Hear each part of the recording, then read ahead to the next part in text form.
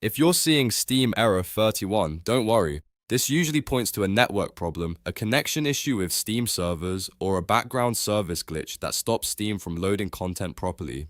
In this video, I'll walk you through the fastest fixes step by step so you can get back into Steam and launch your games again. If this tutorial helps, make sure to hit like and subscribe for more quick tech fixes. First, completely close Steam.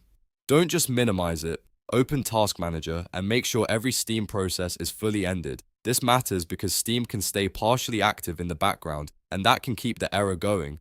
After that, restart your computer. A full reboot clears temporary network issues, refreshes system services, and often fixes small glitches right away. Once your PC is back on, open Steam again and test it. If the error is still there, the next thing to check is your VPN or proxy. VPNs can interfere with Steam's connection to its servers, especially if your region or IP is being routed in a way Steam doesn't like. Turn off any active VPN or proxy, then relaunch Steam and try again.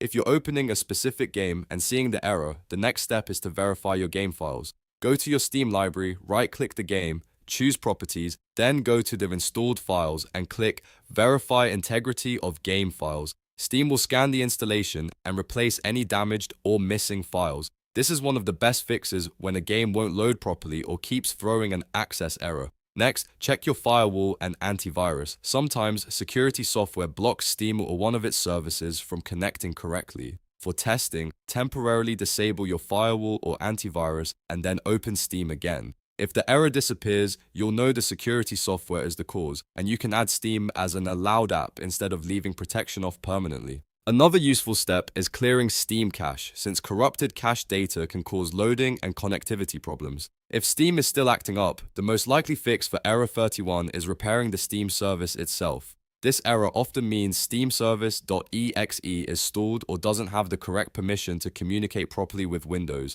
To repair it, first close Steam completely again, then open Command Prompt as administrator.